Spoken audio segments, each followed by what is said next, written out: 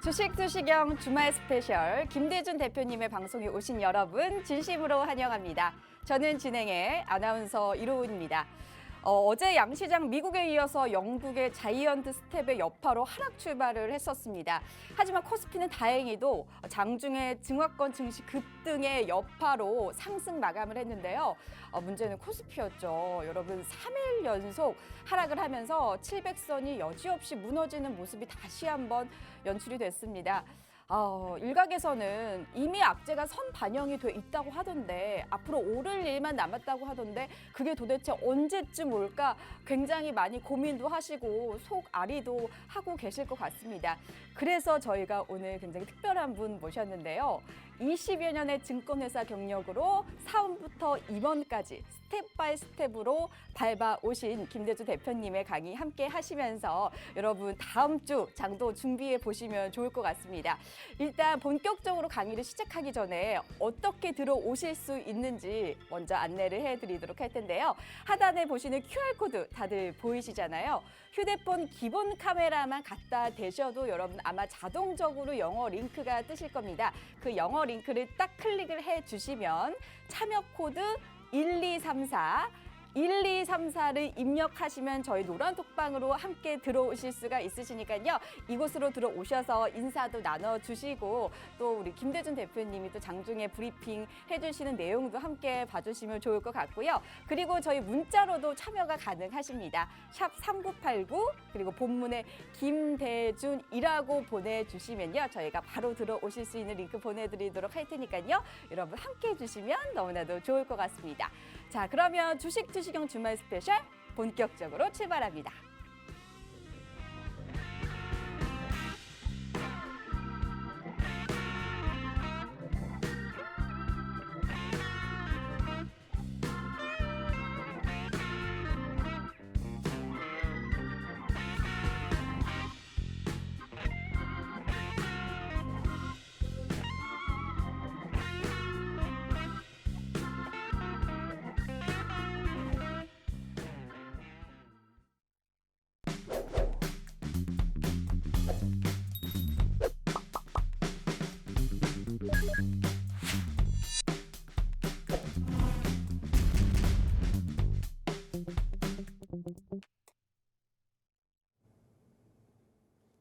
네, 여러분 안녕하십니까?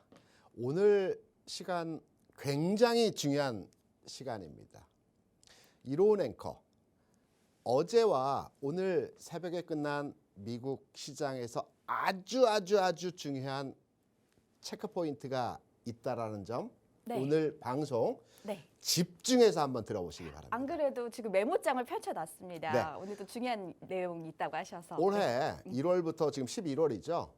약 10개월 동안의 상황 하에서 아주 중요한 의미 있는 체크 포인트이기 때문에 오늘 방송은 집중해서 주말 시간이지만 편안한 자리에서 오늘 방송을 시청해 주시기 바랍니다. 전일 중국의 이슈와 오늘 새벽에 끝난 미국의 이슈 내용 중에서 중요한 체크 포인트 하나를 여러분께 설명드리겠습니다. 미국과 중국과 우리나라의 최우선 정책이 있습니다. 미국은 최우선 정책으로 고용과 물가입니다. 중국은 정치적 안정입니다. 우리나라는 수출이죠. 중국 같은 경우에는 정치적 안정 측면에서 전일 나왔던 내용이 그간의 제로 코로나 정책을 완화하겠다라는 내용이었죠. 최근에 폭스콘을 비롯해서 코로나 환자가 한 명이라도 발생하게 되면 그 공장을 봉쇄하고요. 또 확산되는 조짐을 보이게 되면 그 지역을 봉쇄합니다. 정치적 안정을 위한 수단이었습니다. 이런 과정에서 중국에서는 전일 이 제로 코로나 정책에서 완화하고 앞으로는 코로나 환자에 대해서 부분 정부가 통제를 하는 형태로의 진행이 되겠다라는 내용의 메시지가 전일 있었습니다. 이러한 과정에서 중국 증시가 전일 장중에 부분 상승하는 흐름에서의 모습이 나타났죠. 여기에 오늘 새벽에 끝난 미국 시장에서의 내용적인 부분을 살펴보게 되면 미국이 최우선 정책으로 실행하는 내용이 고용과 물가라는 측면에서의 말씀을 드렸습니다. 물가는 최근에 금리 인상을 추진하면서 어느 정도의 물가를 제어하는 형태로의 진행을 했습니다. 물가를 제어하는 과정에서 금리 인상, 고용이 안정돼 있기 때문에 이러한 추진을 하는 형태로의 제도적인 장치를 유지했었죠. 고용은 실업률입니다. 실업률이 오늘 새벽에 나온 미국의 데이터가 3.7%. 우리가 실업률에 있어서 3.5% 실업률을 완전 고용 상태라고 합니다. 일하고자 하는 의지가 있는 사람들이 완벽하게 100% 취업이 된 상태를 완전 고용, 이 완전 고용을 3.5% 수준이라고 합니다. 미국의 실업률을 살펴보게 되면 지난 4월부터 10월까지 3.6%, 3.5% 수준에서 유지를 했습니다. 고용이 안정돼 있기 때문에 미국이 강력한 금리 인상을 추진하더라도 시장의 영향도가 크지 않았습니다. 오늘 새벽에 발표된 미국의 고용 지표 3.7%, 그간의 고용이 안정되는 추세에서 이번 고용 지표는 3.7%로 상승했습니다. 왜일까요? 미국에서 금리를 계속 인상함에 따라서 기업들이 조달 금리와 자금 압박에 영향을 받아서 고용을 줄이는 겁니다. 기업들이 고용을 감소하면서 실업률이 늘어나게 되죠. 미국에서 최우선 정책으로 실현하는 이 고용 부분에 대해서 이제 어느 정도의 문제가 생긴 겁니다.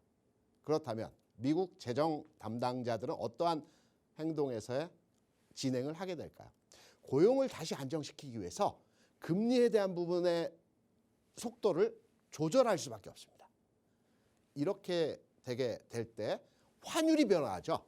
제가 이 시간을 통해서 여러분께 계속적으로 말씀드리고 있는 내용이 전체 시장의 트렌드, 방향을 결정하는 것은 금리라고 말씀드렸습니다. 그리고 시장에서의 변곡점, 터닝 포인트를 확인할 수 있는 부분은 환율이라고 말씀을 드렸습니다. 오늘 새벽에 끝난 미국 시장에서의 동향들을 살펴보면 나스닥 지수가 몇 포인트 올랐다, 다우 지수가 얼마 올랐다, 이 중요한 내용이 아니고요. 환율 시장에서의 동향을 살펴보게 될 때 미국의 달러 지수의 하락과 여기에 연동되어진 원달러, 국내 원달러 가격에서의 반응이었습니다. 금요일에 끝난 원달러 가격은 1,416원 정도에 마감을 했고요. 역외 시장, 우리가 잠들어 있을 때 홍콩, 싱가포르, 뉴욕에서 거래되는 원달러 상황에서의 가격이 1,404원으로 급락을 했습니다. 왜? 고용시장이 불안하기 때문에 미국에서 금리를 추가적으로 인상이 어려울 것이다라는 상황 하에서 환율시장이 반응을 한 겁니다. 그럼 여기서 미래시장에 대한 상황을 유추해서 해석할 수 있을 것입니다. 미국에서는 이제 금리 상황에 대해서 조금은 부드러운 스탠스의 진행을 할 것이고 여기에 반응한 환율시장의 변화가 급격하게 진행됐기 때문에 금요일 지나서 월요일 시장에서는 기관과 외국인 투자자들이 공격적으로 시장에 개입하는 상태에서의 시장 상황이 진행이 될 것입니다. 그러면 기관과 외국인들은 어떠한 종목을 살까요? 당연히 첫 번째로 환율 변화의 상황에서 환율 상황에서의 최근 원달러 상황은 요 그림에서의 상황입니다. 1400 라인이 지난 상승에서의 저점 라인입니다. 추세가 깨지기 직전 단계입니다. 그렇다면 외국인과 기관은 당연히 포트에 지수 관련 대형주를 담게 되겠죠. 그러면 1차적으로 월요일장에서 지수 관련 대형주들의 상승이 일시적으로 또 추가적으로의 상황은 환율 상황의 변동에 따른 흐름을 판단해서 대형주의 움직임 장이 형성이 될 겁니다. 미국 시장이 그렇게 크게 오르진 않았습니다. 그래서 월요일장에서 지수 상황에서의 흐름은 1차적으로 강보합 한 10%, 10포인트 정도의 상승 흐름이 진행된 상황 하에서 추가적으로 기관 외국인의 대형주 매수가 진행되는 가운데에서 지수의 상승장이 나타날 것입니다. 아주 중요한 최근래 올해 상황 하에서 가장 중요한 의미 있는 내용에서의 오늘 새벽에 끝난 미국 시장 그리고 전일 중국 시장에서의 정치적인 스탠스의 변화에 따른 앞으로의 시장 동향을 확인해 볼 수 있다라고 말씀을 드립니다. 그러면 이번 주 시장에 대한 전반의 흐름들을 한번 평가해서 또 다음 주에 대한 종목과 또 시장 동향에 대해서 깊이 있게 한번 살펴봐야 되겠죠. 이번 주의 시장은 첫 번째로 우리가 체크해야 할 부분은 외국인의 매수였습니다. 외국인의 매수가 지난 7월부터 일시적으로 진행되는 가운데에서 이번 10월 그리고 11월 들어서도 계속적으로 점증되는 가운데에서 시장 상황에 유입이 되고 있습니다. 두 번째로는 중국 증시 바닥 탈출 신호이죠. 의미 있습니다. 왜? 중국 증시는 우리나라와 굉장히 밀접한 연동된 상황에서의 흐름입니다. 중국 증시가 상승할 때 우리나라의 증시는 가속도가 붙습니다. 중국과 우리나라의 경제적인 측면에서 무역 규모로의 해석은 대략 한 25%에 30% 비중이 왔다 갔다 합니다. 최대 무역 교역 국가입니다. 그래서 중국과 연동될 수밖에 없습니다. 악재적인 부분에서의 상황을 살펴보게 되면 FOMC 회의가 있죠. 지나갔습니다. 여기에 대한 좀 더 깊이 있는 내용에 대해서 설명을 드리겠습니다. 지정학적 리스크. 항상 10월, 11월 이 즈음에서는 북한에서 미사일을 계속 발사하는 연례적인 행사입니다. 그래서 악재적인 부분이긴 하지만 일시적인 장중의 순간적인 상황에서의 리스크다라는 측면으로 이해하시면 될 것 같습니다. 지난 그 FOMC 회의에서 그 금리 인상을 하고 나서 그 파월 의장이 기자회견을 했습니다. 이 기자회견 내용에 있어서 조금 와전된 상황에서의 시장에 반응을 하는 내용이었기 때문에 이 부분을 여러분께 설명을 드리려고 합니다. 회의의 전반의 주제는 최근에 금리 인상 속도가 너무 가파르다. 그래서 속도를 좀 줄일 필요가 있다라는 게 FOMC 회의에서의 주된 내용에서의 의미였습니다. 회의가 끝나고 기자회견을 하죠. 우리나라 같은 경우에도 금통위 회의가 끝나면 그 하는 총재께서 이제 기자들과 간담회를 합니다. 여기에서 중요한 내용들이 많이 이제 캐치가 됩니다. 앞으로의 경제에 대한 방향성 어떻게 가져갈지, 물가를 어떻게 잡을지 이 내용들을 기자가 질문하고 받고 하는 주고받는 형식으로 내용을 판단해서 시장에서 반응하는 겁니다. 파월 의장이 기자와 간담회 중에서 기자가 이렇게 물었습니다. 의장님, 지금 현재 금리를 계속해서 고금리 정책을 추진하고 있는데요. 이 금리를 언제 중단하실 것입니까? 라고 물어봤죠. 파월 의장 입장에서는 지금 금리 정책에 있어서 금리를 계속 올리다가 갑자기 중단하고 인하하지는 않습니다. 금리는 방향성을 가지고 움직입니다. 앞서 말씀드렸지만 주식시장의 환경, 트렌드, 경향을 잡아가는 게 금리라고 말씀드렸죠. 변곡점 환율. 이런 과정에서 기자가 언제 중단할 것이냐. 왜? 지금 급격하게 올리고 있는 상태에서 연착륙이라고 하죠. 스무스하게 금리를 이제 상승 각도를 줄여가야 되는데 언제 중단할 것입니까? 라고 물어보게 된다면 당연히 저도 그럴 겁니다. 아직은 중단할 의사가 없다. 시기상조다. 금리의 인상폭을 줄일 수는 있겠지만 중단할 의사는 전혀 없다. 라고 대답할 수밖에 없습니다. 질문 자체가 잘못된 질문이었습니다. 그래서 시장에서 이 기자 질문에 대한 반응이 중단할 의사가 없대. 시기상조래. 그러면 금리를 또 계속해서 많이 올리겠다라는 얘기로의 해석으로 시장에서 충격을 받아주면서 하락을 했던 겁니다. 질문 자체가 잘못됐던 거고 시장에서 잘못된 판단에 의해서 해석을 했던 부분이었다고 볼 수 있습니다. 시장은 이제 이 부분에 대한 해석에 대한 잘못된 부분이 이제 반응하는 상황에서의 모습이 진행이 될 것입니다. 특히 아침에 좀 전에 말씀드렸던 실업률 상당히 긍정적으로 흐름이 진행되는 상황에서의 모습이죠. 미국에서 최근에 6차례 금리 인상을 했습니다. 올해 들어서 0.25, 0.5, 0.75, 75, 75, 75 이렇게 인상을 했는데요. 금리 인상과 주식시장의 연동된 상황에서의 흐름을 판단해 보게 되면 금리를 인상한 시점에서 주식시장에서 연속적인 하락의 모습이 나타나지는 않았습니다. 딱 한 번. 지난 5월이었죠. 0.5%의 금리 인상을 했을 때 연쇄적인 주가 하락이 나타났던 적은 딱 한 번입니다. 이때는 의미 있는 내용에서의 그 CPI, 소비자 물가지수가 발표됐었죠.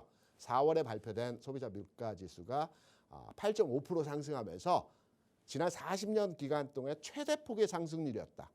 그리고 시장에서는 연초에 이런 분위기였습니다. 테이퍼링을 하고 나서 올해 5번 정도 0.25% 금리를 인상하면서 대략적으로 2% 수준 내에서의 금리를 맞춰가겠다. 이게 연준의 정책이었습니다. 올 초만 하더라도. 이런 과정에서 물가가 급격하게 올라가니까 전쟁 때문이었죠.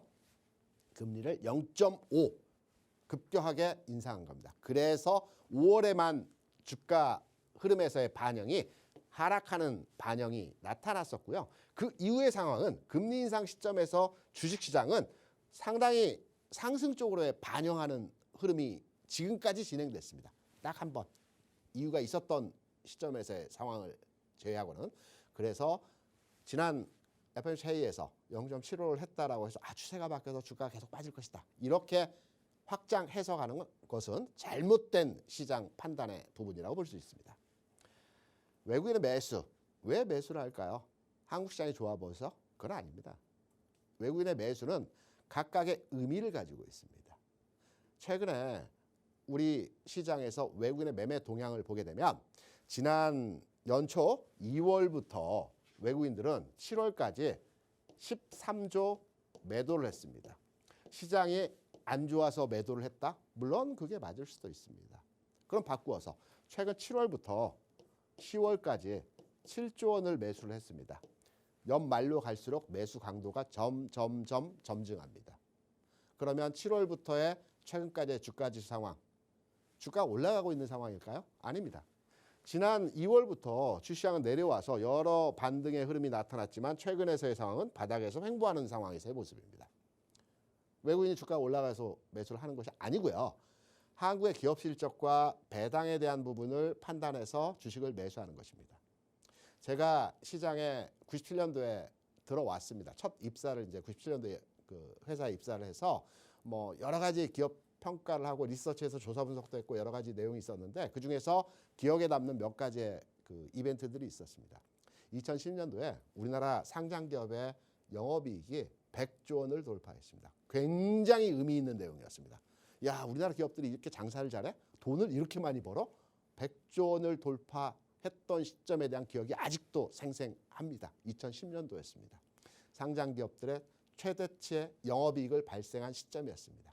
그리고 나서 장밋빛 희망을 가졌죠. 야, 우리나라 기업들이 이렇게 돈을 많이 버니까 앞으로 우리나라 기업 가치, 경제 성장률은 엄청날 것 같아 라고 생각을 했었는데 2010년부터 2020년까지 10년 동안 기업들의 상장사 영업이익이 100조에서 150조를 벗어나지 못하고 왔다 갔다 했습니다.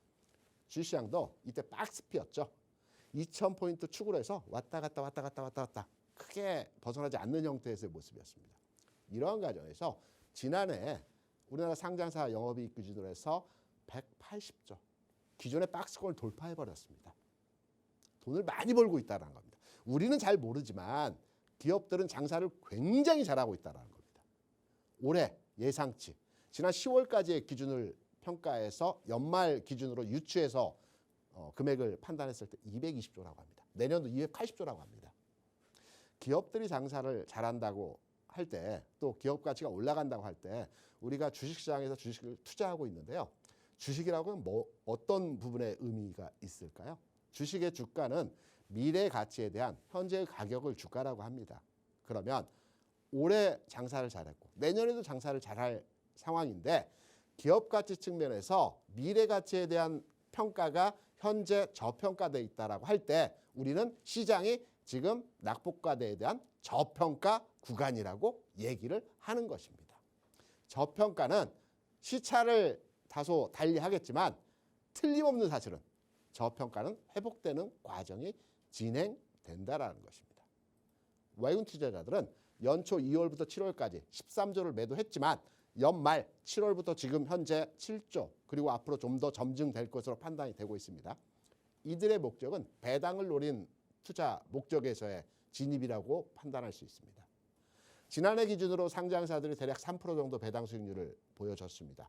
많이 준 회사도 있고 조금 준 회사도 있지만 외국인들이 최근에 주식을 사고 있는 기업들의 가치 부분을 평가해 보면 배당을 좀 많이 하는 기업들에 대해서 투자를 하고 있죠. 그래서 배당 목적에서의 외국인 매수라는 첫 번째 이유로 시장에 대한 분석을 할 수 있을 것입니다. 두 번째입니다. MSCI 지수라고 여러분 많이 들어보셨죠? 신흥국 지수라고도 하고 이머징 마켓 지수라고도 합니다. 이 MSCI 지수에 편입된 국가들을 보게 되면 중국, 한국, 인도가 최대 그 국가입니다. MSCI 지수에서 중국이 대략 한 30% 비중을 차지하고 있고요. 한국이 18% 정도이고 인도가 15% 정도입니다.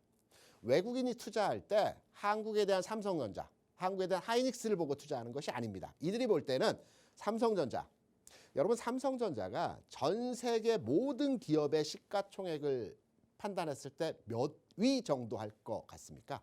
우리가 볼 때는 넘버원이죠. 삼성전자 최고 기업 아닙니까?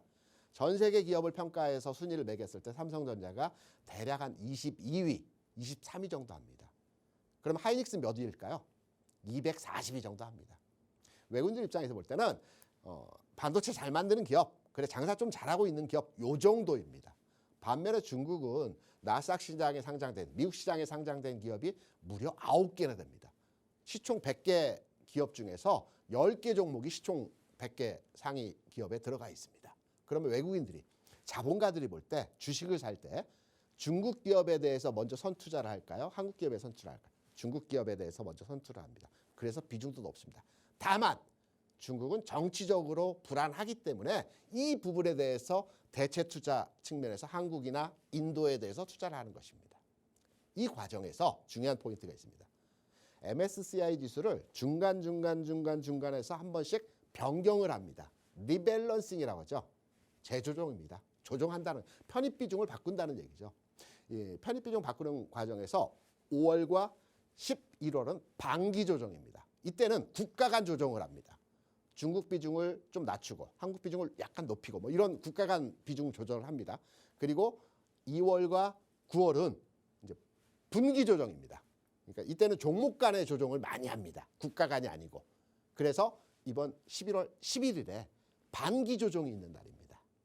그래서 우리가 예상할 때는 MSCI 반기 조정을 앞두고 외국인들이 국내 시장, 한국 시장에 대한 비중을 좀 상향화해서 미리 선침의 성격에서의 매수가 아닐까라는 부분에 대한 해석을 할 수 있는 것이고요. 이러한 선침의 성향에서의 매수가 들어온다라고 하면 단발적인 일시적인 매수가 아니고 시차를 두고 11월 말까지 쭉 매수를 해나갑니다. 그래서 외국인의 매수는 추가적으로 이어질 수 있는 부분에서의 상황이다. 그래서 시장에 대한 긍정에 대한 이슈로의 해석이 가능하다. 이렇게 판단할 수 있습니다. 여러분 지금 보시는 게 환율입니다. 어렵다 환율. 채널 돌려야지. 아셔야 됩니다 이거. 제가 앞서 모두에 의미 있는 올해 기간에 10개월 이상의 주시장에서 가장 의미 있고 중요한 터닝 포인트에서의 내용이 미국 시장과 중국 시장에서 어제 오늘 나왔다라는 말씀드렸었죠. 이겁니다. 고용, 물가, 정치적 안정 뭐 여러 가지 내용이 있겠지만 표현을 달리하겠지만 기본적으로 큰 환경은 금리고요. 변곡점은 환율입니다. 변곡점이 나오겠다라는 얘기입니다. 보시면 그림만 보셔도 됩니다. 어려우시면. $1, 우리나라 $1 환율입니다. 최근의 상황은 1444원 고점 찍고요. 꺾이고 있는 추세입니다. 오늘 역의 시장에서 말씀드렸죠. 1404원. 전날 끝난 시장에서의 가격이 1416원. 시작 단계, 월요일 시작 단계에서 가격은 여기 정도에서 출발할 겁니다. 여기. 요 저점 부분. 제가 말씀드렸죠. 여기를 깰 때에는 추세가 완전히 바뀐다라고. 급락했습니다. 위안화. 중국에서 코로나 정책을 제로 코로나에서 이제 완화하겠다는 내용이 나왔었죠. 봉쇄 안 하겠다는 겁니다. 정치적으로 봉쇄를 하거나 정치적인 문제로서의 상황을 개입하지 않겠다는 겁니다. 그러면 분위기가 호전되죠. 그래서 위안화도 오늘 새벽에 끝난 시장에서의 데이터가 아직 반영된 가격은 아니지만 여기까지 내려왔습니다. 이 부분까지. 달러입니다. 달러는 자율적인 흐름에서의 가격 변화가 아니고요. 이 바스켓에 유로, 엔, 프랑스, 스위스 프랑, 그다음에 영국 파운드 이런 종목들의 통화가 섞여서 가격을 만들어내는 게 달러 지수입니다. 달러 지수도 오늘 새벽에 끝난 가격 지수가 급락했습니다. 환경의 변화입니다. 그러면 환율 가격은 잘 모르겠어. 그러면 요 그림만 한번 잘 판단해서 이미지를 머리에 딱 담아두시기 바랍니다. 다음 화면을 설명드리기 위한 과정입니다. 환율이 우리나라는 이미 쌍봉, 흔히 말하는 쌍봉을 찍고 이미 이만큼 내려와 있구나. 그리고 월요일에는 완전히 쌍봉이 확인되는 과정이구나. 요 이미지 넣어두시고요. 중국의 위안화는 아직 쌍봉으로 확인되기는 조금 성급하지만 쌍봉으로 가는 과정이구나. 요 정도만 이미지에 넣어두시기 바랍니다. 미국은 아직 미국은 쌍봉이 아니라 봉을 3개 만드는 과정인데 아직은 확인되지 않았다. 여기 돌파하고 갈 수도 있고 꺾일 수도 있다. 요 이미지로만 한국, 미국, 중국에 대한 환율에 대한 이미지를 넣어두시고요. 다음으로 지수를 보여드리겠습니다. 지금 보시는 지수는 한국, 중국, 미국에 대한 시장 종합지수, 그리고 항생지수, 그리고 나스닥 지수입니다. 왜 우리 시장이 강할까요? 외국인이 사서? 이거 결과값입니다. 외국인이 사서 올라간 게 아니고요. 외국인이 왜 사는지를 판단하고 언제까지 살지를 해석을 해야 되겠죠. 좀 전에 환율 상황 말씀드렸습니다. 우리나라의 원달러 환율은 쌍봉을 찍고 무너졌습니다. 당연히 시장도 쌍바닥 찍고 이미 올라와 있어야 되는 게 맞겠죠. 가장 강합니다. 3대 시장 중에서. 중국 시장, 좀 전에 말씀드렸지만 아직 쌍봉은 아니지만 쌍봉으로 가는 형태에서의 시장 상황이란 말씀 드렸습니다. 중국 시장 바닥 찍고요. 리바운딩 세게 나오는 과정에서 상승 흐름이 진행되고 있습니다. 바닥 찍었습니다. 물론 이 과정에서 한 단계 상승 이후에 옆으로 누운 다음에 올라갈 수도 있습니다. 강합니다. 미국 시장 좀 전에 말씀드렸죠. 이 모습입니다. 세 번째 과정에서 이 모습입니다. 아직 시장은 확인되지 않았지만 긍정적으로 시장을 평가했을 때 봉 3개를 찍고 무너질 수도 있고 돌파할 수도 있는 과정에서 애매한 구간이다 라고 판단이 되고 있죠. 주시장도 어떻습니까? 정확하게 그 흐름에 대한 부분을 판단하는 과정에서 지금 아직 내려가고 있는 추세에서의 흐름입니다. 물론 오늘 새벽 끝난 시장에서 일부 회복하는 과정에서의 모습이 나타났지만 시장 흐름의 전체적인 부분을 판단했을 때는 아직 바닥이라고 판단하기는 조금 성급한 부분입니다. 환율의 상황이 각국의 주가지수 상황에 대한 내용을 그대로의 평가를 하고 있는 내용입니다. 그래서 우리가 주식을 투자할 때도 월요일 날 김대중 대표가 얘기한 대로 변곡점의 지점에서 실업률이 변화했고 미국의 정책적인 방향이 이제 금리를 안정적으로 운영하는 가운데에서 환율의 변화가 나왔기 때문에 이 환율의 변화에 따른 외국인과 기관의 국내 시장에서의 개입은 대형주를 중심으로 한 1차적인 매수가 들어올 것이고 지수의 장이 연출될 것이다. 이 과정에서의 흐름은 환율로 판단하되 추세가 꺾였기 때문에 시간적으로 두고 계속적인 연속적인 매수가 들어올 것이다. 이 흐름이 하나가 딱 정리가 되는 겁니다. 그러면 종목으로 이제 업종으로 먼저 들어가야 되죠. 지수는 이제 정리가 됐습니다. 그럼 업종으로 들어가야 되죠. 그러면 외국인과 기관이 살 때 어떤 업종에 대해서 사야 될까? 최근까지는 2차전지를 많이 샀습니다. 그럼 2차전지가 또 갈까? 아니. 반도체가 최근에 쉬었는데 반도체를 살까? 아니면 다른 전기전자, L전자 지난 금요일에 좋아한다. L전자 바닥에 샀는데 L전자를 살까? 요 부분에 대한 접근 방식으로 가져가야 되는 겁니다. 이게 주식 투자입니다. 이게 탑다운 방식이라고 합니다. 기관 투자자들이 제일 많이 쓰는 겁니다. 시장을 분석하고 업종을 판단해서 종목을 찾아내는 겁니다. 탑다운 방식입니다. 개인 투자자들은 어떻게 투자하십니까? 물론 개인 투자 방식도 굉장히 훌륭합니다. 개인 투자자들은 재료 이슈 테마를 가지고 종목을 먼저 잡습니다. 그리고 나서 업종을 분석하고 시장을 봅니다. 이거는 바텀업입니다. 어떤 게 낫다라고 볼 수는 없겠지만 우리가 주식 투자를 안정적으로 할 때 그리고 내 주식 투자 능력치가 아주 프로급이 아니라고 할 때 안전하게 할 때는 탑다운 방식으로 주식 투자하는 것이 안전하게 비교적 투자를 하실 수 있는 겁니다. 그래서 이러한 흐름들을 주말부터 뭐 어려운 환율 금리 얘기야 이렇게 생각하지 마시고요. 내가 앞으로 주식 투자를 5년, 10년, 20년 할 거라면 요 흐름 한 번만 정리를 해두시면 우리가 수학 공부를 할 때도 어떤 근해 공식이나 어떤 공식을 한 번만 정리해 놓으면 다음에 이 공식을 대입해서 문제를 풀어갈 수 있지 않습니까?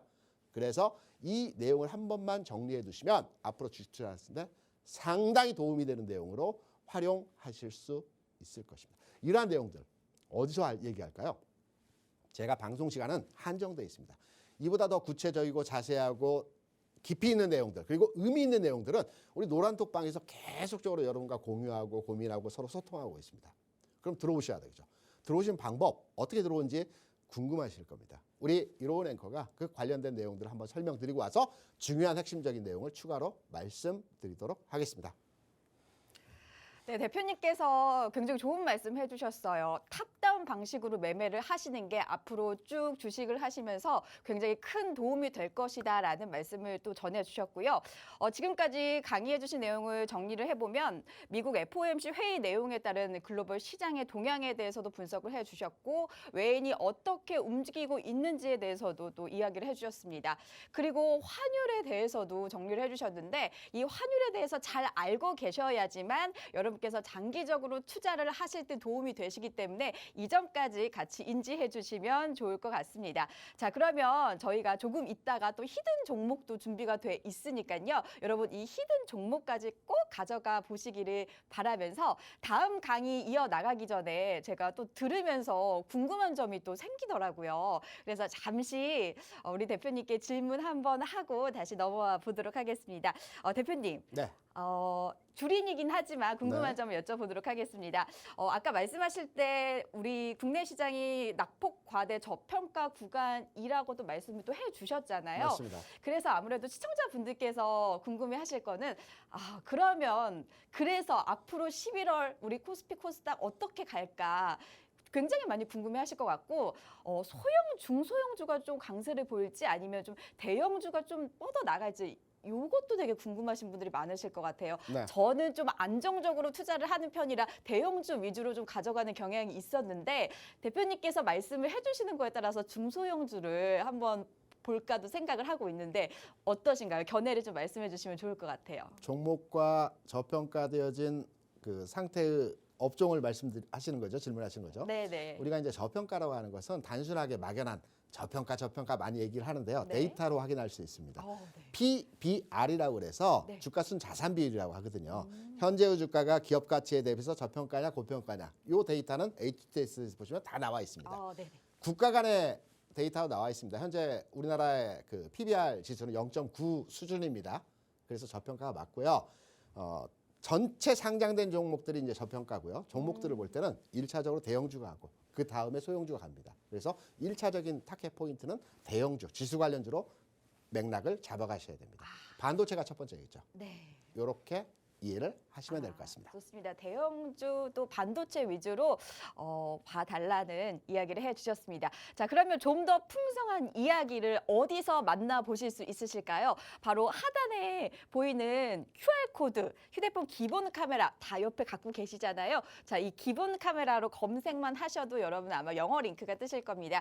거기 클릭하셔서 1234 참여 코드 1234를 입력을 하셔야지만 저희 김대준 대표님과 또 이야기 나누실 수 있고요. 장중에 또 브리핑도 챙겨 가실 수가 있으실 것 같습니다. 또 문자로도 참여 가능하신데요. 샵 3989 그리고 김대준 본문에 적어서 보내주시면 저희가 바로 들어오실 수 있는 링크 보내드리도록 하겠습니다. 저희가 시간이 이제 50분까지 방송이라서 20분도 채 남지 않았기 때문에 여러분 꼭 함께 해주시면 좋을 것 같아요. 자, 그러면 저희 남은 강의도 계속해서 한번 들어보도록 하겠습니다.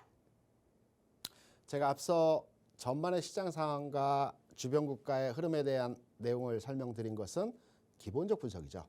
흔히 말하는 펀더멘탈 분석이라고 볼 수 있을 것입니다. 주가를 분석하고 시장을 판단하는 방법에 있어서는 기본적 분석과 기술적 분석이 있습니다. 많이 들어보셨죠? 기본적 분석은 방향을 판단하고요. 업종을 판단해서 종목을 찾는 방법입니다. 그럼 기술적 분석은 뭘까요? 기술적 분석을 보고 추세를 형성하고 주가의 저점 고점을 판단하는 기준이 된다? 그 부분이 아니고요. 기본적 분석은 종목을 찾는 겁니다. 기본적인 목적이. 그러면 기술적 분석은 시간, 때, 시점을 잡는 겁니다. 그래서 기본적 분석과 기술적 분석을 적절하게 종목을 판단하고 주식 투자하면서 혼합해서 사용을 하셔야 되는 겁니다. 앞서 말씀드린 것은 전체 구조에 대한 부분을 말씀드렸죠.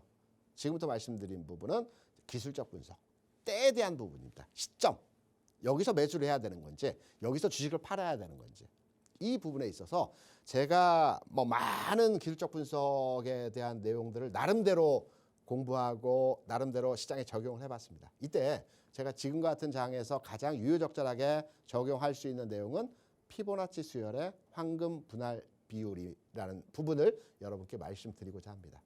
저희 그 노란톡방에 계신 분들은 이 부분 많은 설명을 들으셨을 겁니다. 가장 효율적으로 시장에 적용해서 그 판단할 수 있는 내용이고요. 좀 깊이 있습니다. 그리고 좀 내용이 장황합니다. 어렵습니다. 하지만 정확합니다.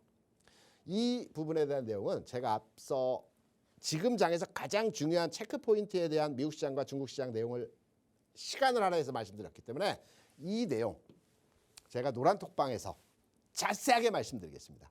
지금 장이 왜 바닥이고 지금 장의 반등은 어디까지 갈지 이 수열의 법칙, 황금 분할 비율에 대한 내용을 가지고 접목시킨다면 과거에도 그렇고 지금도 그렇고 굉장히 근사치의 정답에 가까워지는 형태로의 진행이 되는 것입니다. 이 부분 아주 중요합니다.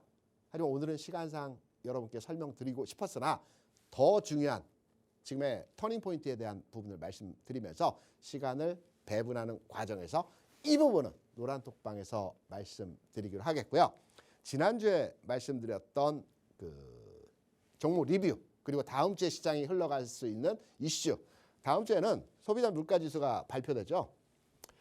일단 소비자 물가지수는 최근 내에서 가장 시장에서 우려되는 상황으로 진행이 됐습니다. 지난 4월에 8.5% 40년 만에 최대치였죠.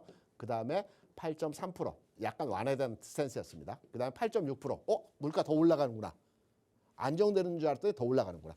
그 다음에 9.1% 와 물가 이거 너무 무서운데 금리 계속 올렸습니다. 그 다음에 8.5% 그 다음에 8.3% 그 다음에 8.2%의 소비자 물가 지수를 보였습니다. 점진적으로 조금씩 안정되고 있죠. 그래서 다음 주에 발표되는 소비자 물가 지수 우리가 판단하지 않더라도 여기에서 소비자 물가 지수 8.2% 안정되는 데에서 바로 올라가지는 않겠죠. 내려가겠죠. 왜? 최근에 유가 곡물가 안정화되고 있습니다. 이 부분 짧게 설명드리고요. 중간선거 있습니다. 중간선거가 증시에 미치는 영향도 한번 짧게 설명드리고 지난주에 설명드렸던 종목 그리고 다음 주에 뭘 사야 되는지 여기에 대한 내용도 함께 설명드리도록 하겠습니다. 미국의 중간선거는 2년마다 4년마다 한 번씩 진행이 됩니다. 뭐 대통령을 다시 뽑는 게 아니고요. 하원의원과 일부 상원의원 그리고 주지사를 뽑는 우리나라로 보면 지방선거 성격의 그 이벤트라고 볼 수 있습니다. 최근에 뭐 어디가 강하다 어디가 약하다 이런 부분보다는 우리가 주식시장을 하고 있기 때문에 주식시장의 영향력만 판단하고 있습니다. 지난 70년 동안의 중간선거가 치러졌고요. 매년 4년마다 한 번씩 이 중간선거가 주식시장에 영향을 어떻게 줬는지 데이터를 통해서 살펴보게 되면 단기적으로 봤을 때 6개월 이내에 16% 상승을 줍니다. 상승했습니다. 지금까지. 그리고 1년 차를 두고 보면 18%, 2년 차를 두고 보면 33%. 중간선거가 1차적으로 큰 영향이 없다라는 게 기본적인 맥락이고요. 두 번째로는 중간선거 이후의 시장은 시차를 두고 움직이지만 계속 상승했다. 긍정적으로 진행이 되었다. 데이터를 확인할 수 있습니다. 소비자 물가지수. 뭐 불안하다. 다음 주에 소비자 물가지수 또 빠지는 거 아니냐. 추세 흐름 방향성입니다. 앞서 제가 수치를 말씀드렸죠. 내려가고 있는 추세입니다. 소비자 물가지수를 구성하고 있는 기초상품, 원유 가격 지난 고점에서 지금 130불에서 지금 80불대입니다. 물론 오늘 새벽에 90불대로 잠깐 올라왔지만 유가는 올라가야 됩니다. 왜? 유가가 올라간다는 것은 경제가 활성화되고 있다는 거죠. 사람들의 이동과 산업생산시설에 대한 가동을 많이 한다는 겁니다. 당연히 유가는 올라가야 됩니다. 급격하지 않게 완만하게 올라가야 됩니다. 유가 올라가는 것은 긍정적입니다. 곡물가는 좀 안정돼야 되겠죠. 곡물가의 최근 상황은 전쟁에서의 급등 과정 그리고 최근에서는 비교적 안정돼 있습니다. 물가지수 산정 상품에 대한 가격 변화 안정적인 흐름이라고 볼 수가 있겠죠. 그리고 여러분께 지난 시간에 설명드렸고 말씀을 드렸던 HMM입니다. 지난 시간에 아주 자세하게 기본적인 배경과 앞으로의 전망치에 대한 설명을 드렸습니다. 조금 더 궁금하신 부분들은 노란톡에 들어오시면 또 제가 주기적으로 설명드리고 있고 방송에서 나온 내용을 한번 참고하셨다면 지난주 방송을 한번 참고하셔도 될 겁니다. 제가 이 시간을 통해서 여러분께 설명을 드렸던 히든 종목에 대해서 단순하게 이 종목 좋습니다 하고 다음 주에 가서 이 종목 수익률이 얼마입니다 이렇게 말씀하지는 않죠. 장중에 노란톡방에서 매일 체크 포인트 해드립니다. 이 종목은 제가 좋아서 여러분께 소개를 해드렸지만 주가 흐름과 변화하는 상황을 판단해 봤더니 손절해야 되겠다. 손절하시죠. 지금 4% 5% 손절 가격에 저점이 나왔지만 매도를 해야 될 것 같습니다. 또는 목표 수익률이 다 정해졌는데 이 종목 지금 판단해 보니까 더 갈 것 같아요. 홀딩입니다. 또는 이 종목 좋습니다. 아주 좋아요. 더 사야 될 것 같습니다. 지금 비중 5%시다면 10%까지 채우셔도 됩니다. 이 관련된 내용을 제가 여러분들께 장중에 하루에 매일매일 기사 점검도 해드리고요. 방향성 흐름에 대해서도 설명을 드리고요. 주가가 빠졌을 때 그 빠졌던 내용에 대해서 우려 상황이 아니다. 악재 기사가 나왔을 때 악재 기사가 실제와는 다르다. 또는 전반의 상황에 대한 내용을 매일매일 체크해드립니다. 계속해서 말씀을 드리고 있다는 점입니다.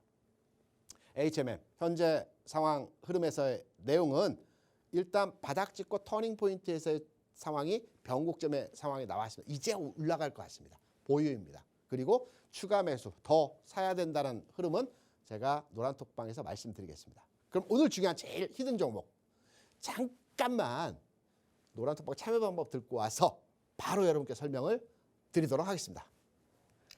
대표님 노란톡방에 들어오시면 정말 어떤 점이 좋냐 하면은 저희 히든 종목으로 주신 종목에 대해서 또 말씀을 주시잖아요. 그러면 홀딩 하셔라. 가지고 가셔라. 아니면 추가 매수는 지양하셔라. 이렇게 다 터닝 포인트에 대해서 짚어 주시니까 그게 너무 좋더라고요. 사실 요 매수 매도 타점이 이게 개인 투자자분들은 어려우시잖아요. 그런데 다 요걸 잡아드리고 있기 때문에 더욱더 편하게 하실 수 있으실 것 같습니다. 자, 그러면 이렇게 케어를 받으실 수 있는 노란톡방 어떻게 들어오시는지 궁금해하실 것 같은데요. 지금 하단에 QR코드 다 보이시잖아요.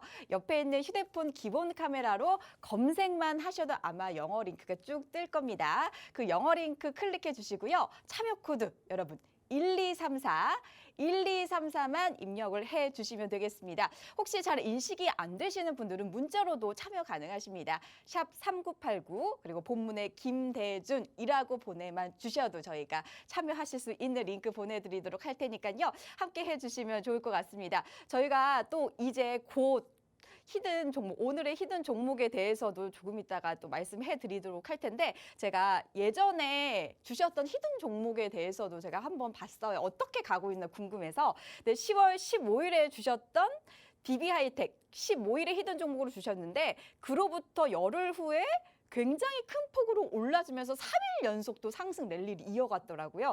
그래서 아마 그때 들어오셨던 톡방에 들어오셨던 분들 차익 실현하신 분들 굉장히 많으셨을 것 같고 동진 세미캠도 이때 주셨었거든요. 근데 15일 날 주시고 9일 뒤쯤에 장대 양봉이 굉장히 크게 연출이 되면서 이때도 굉장히 큰 흐름을 가져갔던 종목이 있었습니다. 히든 종목을 이렇게 차근차근 주시면서 또 매매 타점, 매도 타점도 잡아주신 덕분에 아마 많은 분들께서 좋아하셨던 그 기억이 있는데요. 자, 그러면은 오늘 남은 강의와 더불어서 히든 종목까지 저희가 알차게 드리도록 할 테니까요. 여러분 끝까지 함께 해주시면 좋을 것 같습니다. 주식 투자에 있어서 수익 나는 건 크게 우리가 신경을 쓰지 않으셔도 됩니다. 왜냐하면 먹고 있으니까 5% 먹을지 10% 먹을지 20% 먹을지는 자율적인 판단해서 진행하시면 되죠. 그래서 제가 수익 나고 있는 종목에 대해서는 중간중간에 체크는 해드리지만 디테일하게 이 종목에 대해 설명을 드리지 않습니다. 제일 중요한 건 손실 나고 있는 종목이죠. 손실 나고 있는 종목을 내가 손절해야 되는지 가지고 가야 되는지 불안하시기 때문에 그 부분은 제가 집중적으로 말씀드린 겁니다. 그래서 저희 방에서는 대부분 수익 난 종목에 대해서 말씀드리기보다는 손실 나고 있는 히든 종목으로 손실 나고 있는 종목을 체크를 해드리고 있습니다. 이번 주에 어떤 종목에 대해서 관심을 가져가야 될지 아마 눈치가 빠르신 분들은 앞서 미국 시장, 중국 시장 얘기하면서 중국 시장에 대한 위안화 환율에 대한 변곡점 부분이기 때문에 중국에 대한 얘기를 할 것 같다라고 하시면 주식 투자 중수이 상태십니다. 지금 뒤에 보시는 그림은 중국 시장에 대한 지난 2005년부터 지금까지 흐름입니다. 굉장히 그 웨이브가 강한 흐름에서의 모습이죠. 중국의 경제 성장률이 지난 3분기 기준으로 4.8% 성장을 했습니다. 2분기에는 0.6%였고요. 1분기에는 4.8, 3.9%였습니다. 3분기에 3.9% 성장을 했습니다. 중국 경기가 조금씩 살아나고 있다는 겁니다. 0.6% 2분기에서 3.9% GDP 성장률 보였습니다. 2분기, 3분기입니다. 경기 살아나고 있다고 하죠. 중국 경기가 살아날 때 우리 경기도 좋아진다. 반면에 주식시장에서의 흐름을 보게 되면 중국의 주식시장은 지난 3만 1,000포인트 얼마 되지도 않았습니다. 지난 연말이었습니다. 2021 연말에 3만 1,000포인트 고점 찍고요. 하락은 대부분의 국가가 하락이 나왔지만 과도하게 급격하게 아주 속도가 빠르게 하락을 줬습니다. 이 하락에 대한 이유는 경제 상황 규모에 대한 내용이 아니었고요. 정치적인 이 분쟁, 정치적 이슈에서 미국과 중국이 박싱 부딪히면서 주가가 좀 더 하락의 깊이가 나타났다고 볼 수 있습니다. 두 번째는 정치적 불안이었습니다. 시진핑 3기에 대한 불안 심리가 있었던 부분이었죠. 3기 일단 출범했습니다. 앞으로 조금씩은 안정될 겁니다. 정치적인 현상은 이제 안정될 것이고요. 미국과 중국의 상황은 아직 완전한 해소의 상황은 아니겠으나 미국도 필요한 부분이 있고요. 중국도 필요한 부분이 있습니다. 미국도 물가를 잡아야 되면 중국 수입품에 대한 관세를 좀 낮춰야 됩니다. 그래야 실제 가격이 낮아지니까. 그래서 미국과 중국은 이제 어느 정도의 화해 제스처로의 상황이 진행될 것이다. 그래서 가격적으로 볼 때는 최근 전 세계 국가에서 가장 낙폭이 심했던 그리고 전 세계 국가에서 경제 성장률이 가장 높게 나오는 이 중국 시장에 대해서 관심을 가져야 될 것입니다. 중국 시장 어떻게 주식을 살까요? 내가 중국에서 계좌를 개설하고 주식을 살기는 물리적으로 어려운 거죠. 국내에서도 얼마든지 중국 주식을 할 수 있습니다. 여러분이 쓰시는 HTS에 보시면 ETF라고 있습니다. 상장지수 펀드죠. 펀드를 가격화해서 종목으로 매매를 가능하게 한 게 ETF입니다. 국내에는 한 500개 종목이 상장돼 있고요. 이 펀드에는 주가지수도 있고 선물도 있고 환율도 있고 상품도 있고 또 해외 국가에 대한 종목들에 대한 그 투자도 가능합니다. 일반적인 투자를 많이 하십니다. 그래서 지금 HTS에서 주말 시간에 여유로우실 때 아마 ETF 상품을 공부 한번 해보시면 될 것 같고요. 그리고 매매 방법에 있어서도 간단합니다. 주식하고 똑같습니다. 오늘 말씀드리는 종목은 타이거 차이나 항생테크입니다. 종목이 길죠.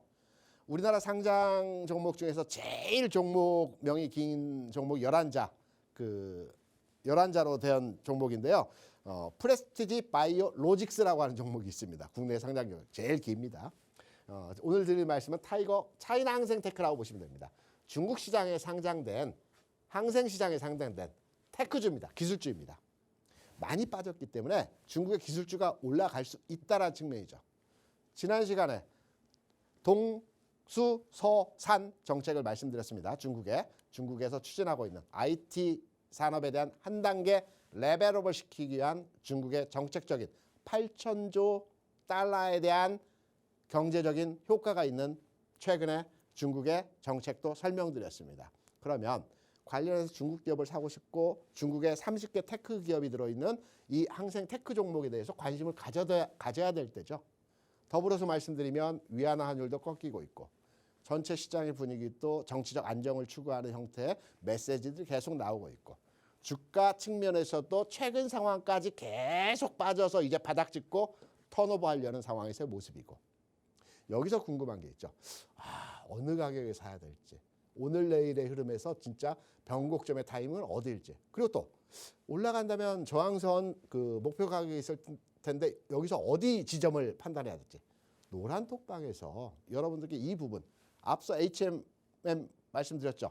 계속해서 여러분께 설명드리고 장중에 체크해드립니다. 노란 톡방에 들어오셔서 중국 투자 이번 기회에 한번 참여해 보시기 바랍니다. 편안한 주말 시간 되시고요. 저는 다음 주 토요일에 다시 돌아와서 여러분께 시장 전망과 종목에 대한 흐름들 그리고 오늘 말씀드린 종목에 대해 다시 한번 재점검해 드리는 시간을 갖도록 하겠습니다. 수고 많으셨습니다. 고맙습니다. 네, 대표님께서 알려주신 타이거 차이나 항생테크 이 종목 같은 경우에는 아무래도 중국 주식이잖아요. 주가의 변동성이 굉장히 큰 폭이기 때문에 더욱더 우리 전문가님의 도움이 필요하시겠죠. 자, 도움을 받아보시려면 어떻게 하셔야 된다고요? 네, 맞습니다. 자, 하단에 보시는 QR코드 다 보이실 겁니다. QR코드 휴대폰 기본 카메라로 스캔만 해주셔도 아마 링크가 뜨실 겁니다. 영어 링크 클릭을 해주시고 참여 코드 1234 그리고 문자로도 참여 가능하십니다. 샵 3989 그리고 김대중 보내주시면 좋을 것 같아요. 자, 그러면 저는 여기서 인사드리도록 하겠습니다. 여러분 행복한 주말 보내세요. 고맙습니다.